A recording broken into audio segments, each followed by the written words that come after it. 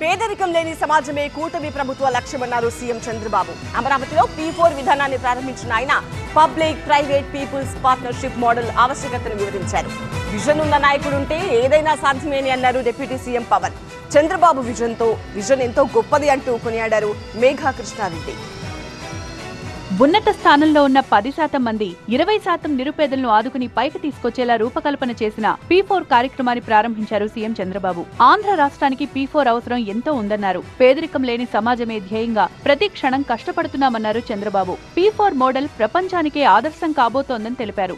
ఇదొక వినూత్నమైన కార్యక్రమం. పబ్లిక్ ప్రైవేట్ పార్ట్నర్షిప్ తీసుకొచ్చి, ముగ్గురిని పీపుల్ పార్ట్నర్షిప్ తీసుకొచ్చి ఒక చరిత్ర రాయడానికి శ్రీకారం చుట్టాలని ఈ రోజు ఈ కార్యక్రమానికి నాంది పలికాను. మన తెలుగు జాతిని తెలివైన జాతిగా మనం తయారు చేస్తే ఆటోమేటిక్ డబ్బులు వస్తాయి, వాళ్ళు సంపాదిస్తారు. నేను ఆ బాధ్యత మీకు అప్పచెప్తున్నా.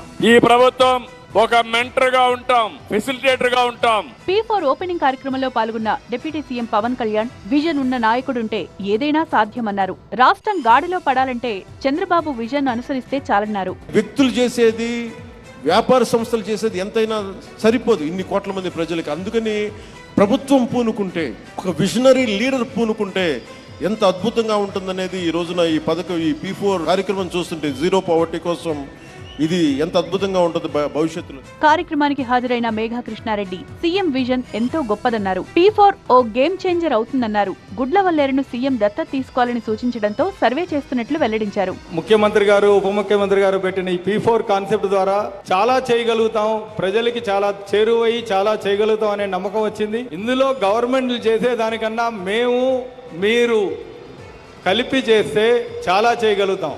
ఇక్కడ ఉన్న గవర్నమెంట్ ప్రజలకి చాలా చేయాలని చాలా తపనతో ఉన్న గవర్నమెంట్ మేము చూసిన దానికి.